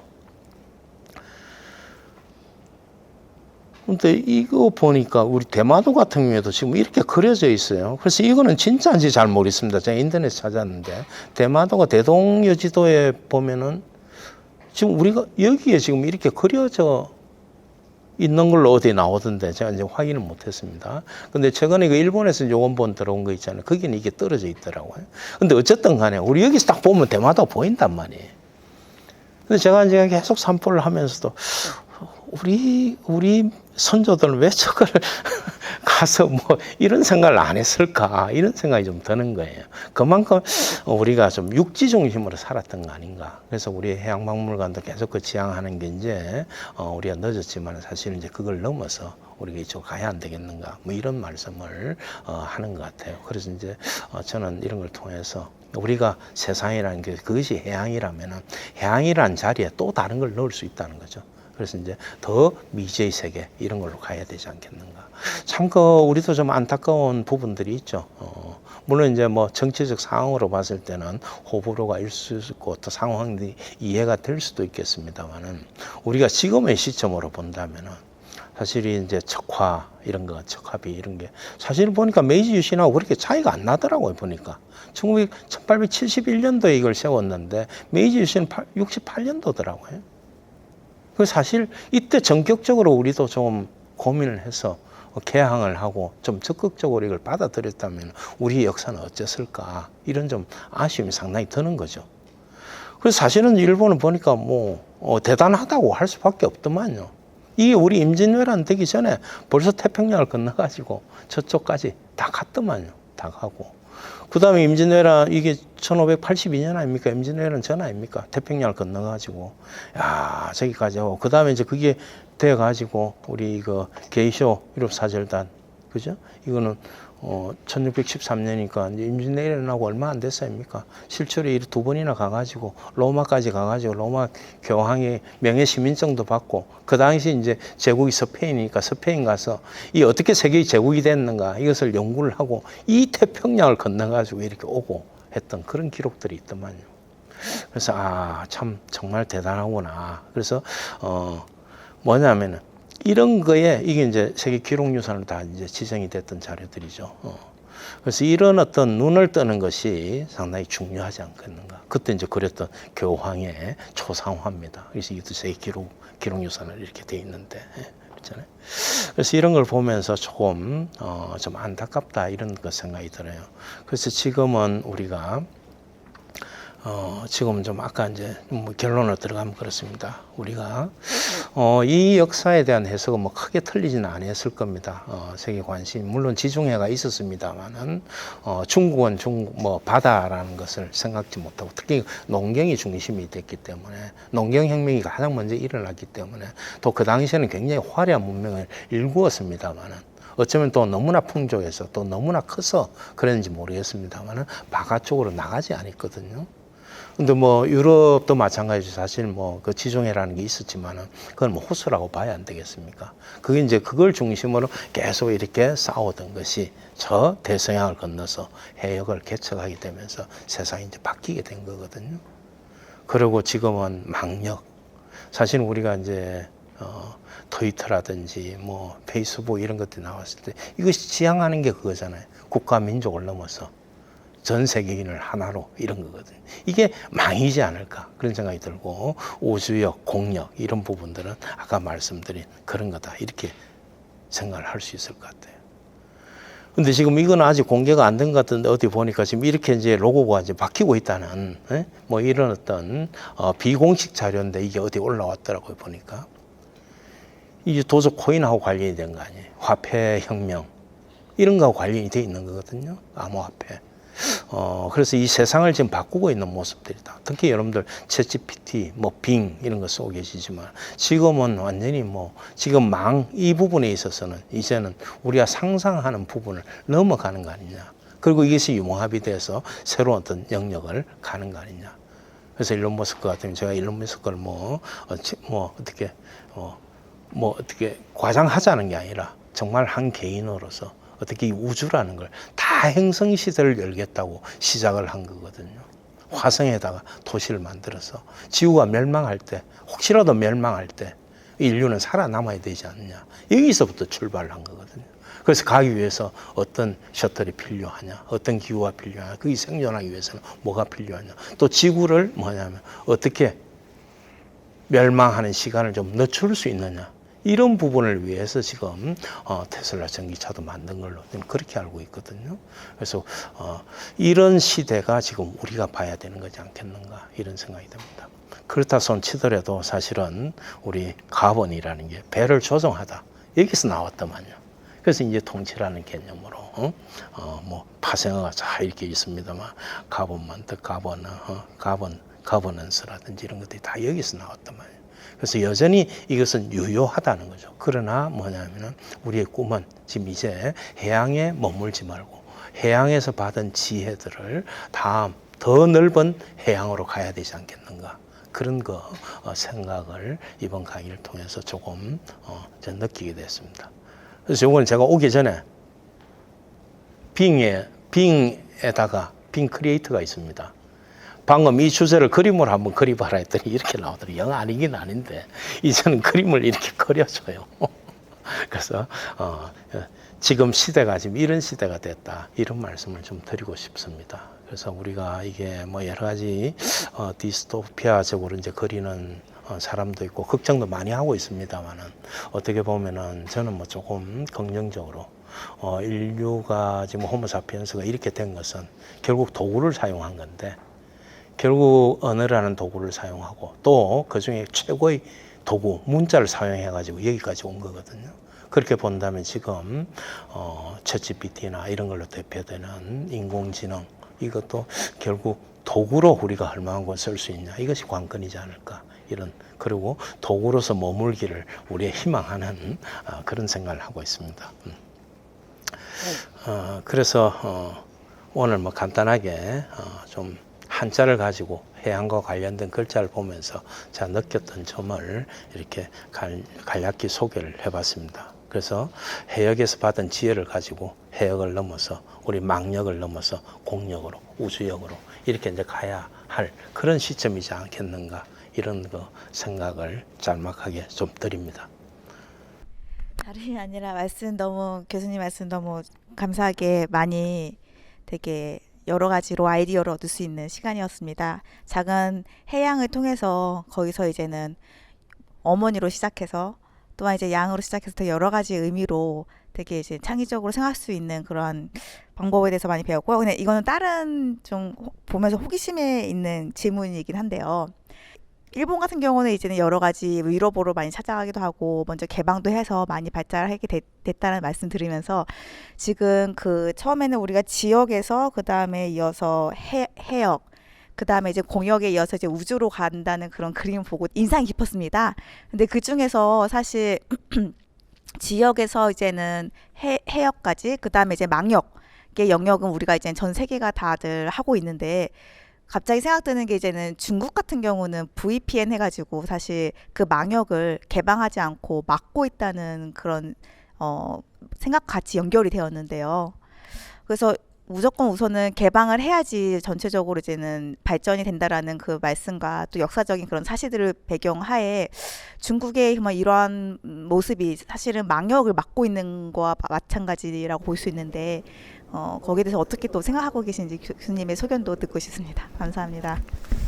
예, 뭐 좋은 말씀 해주셨는데 저는 이제 중국이 이제 정치적 현실 때문에 지금 이제 여러 가지 좀 제약들이 좀 있거든요. 그건 뭐 어쩔 수 없는 거고. 그런데 이제 중국은 중국의 좀 논리가 있고, 그래서 분명히 이제 우리가 생각하는 방식하고는 달라서 그 제약은 상당히 있는 걸로 알고 있습니다.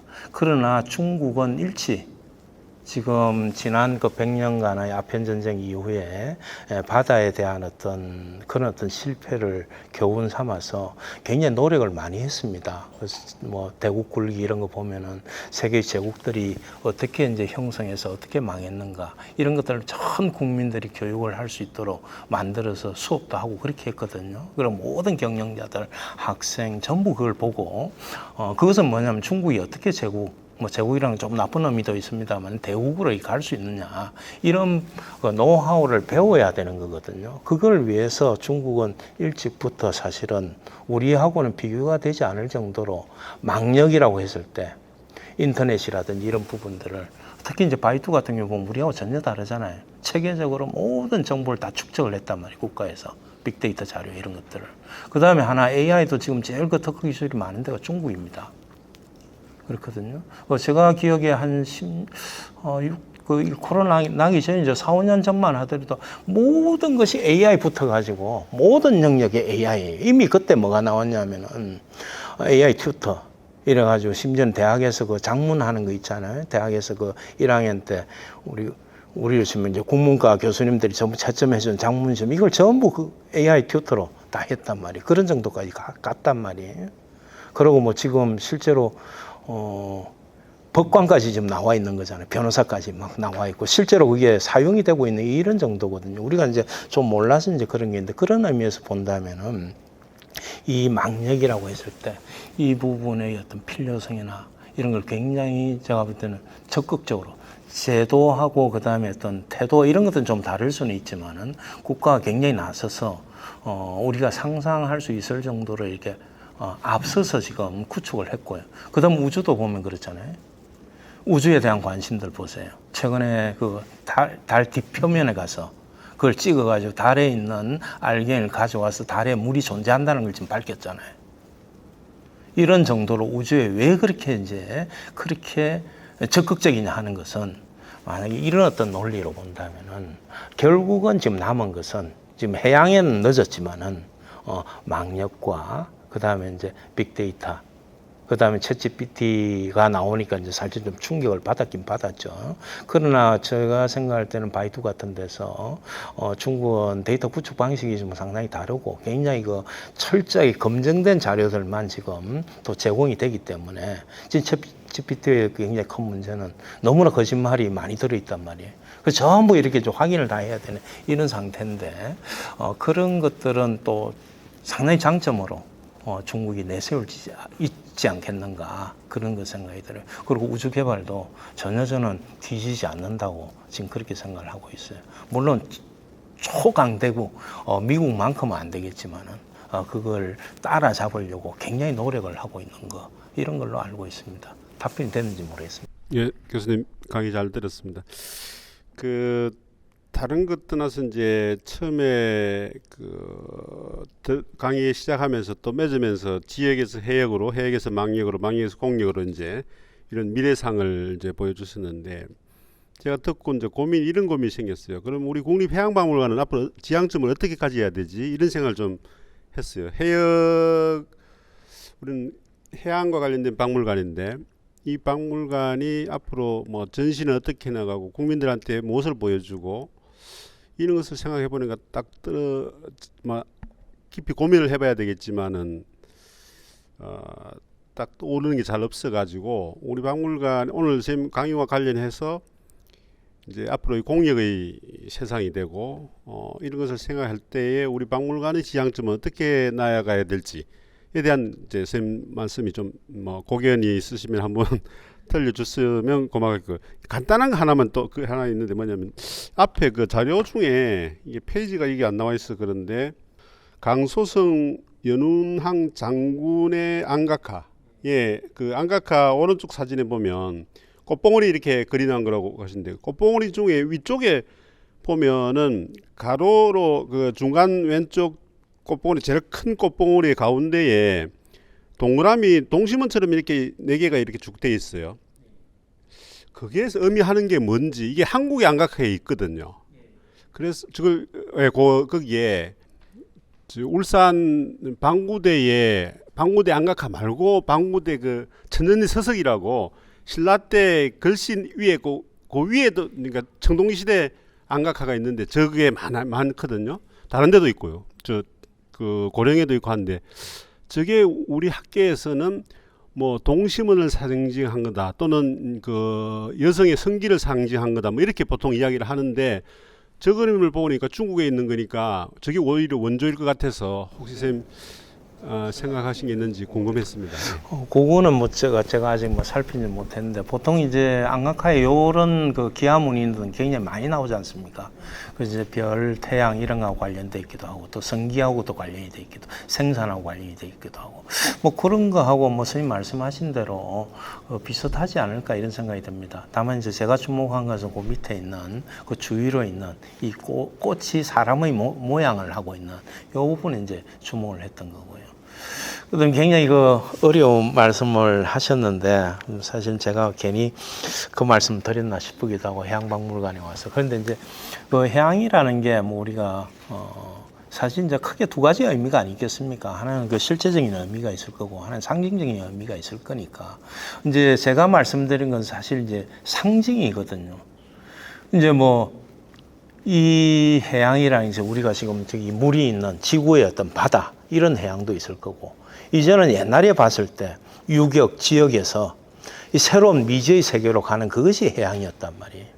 그러면은 지금 우리가 했던 망력이라든지 우주액이라든지 이런 것도 다 사실은 큰 의미에서는 바다로 볼 수 있지 않겠는가 그런 생각이 들고요.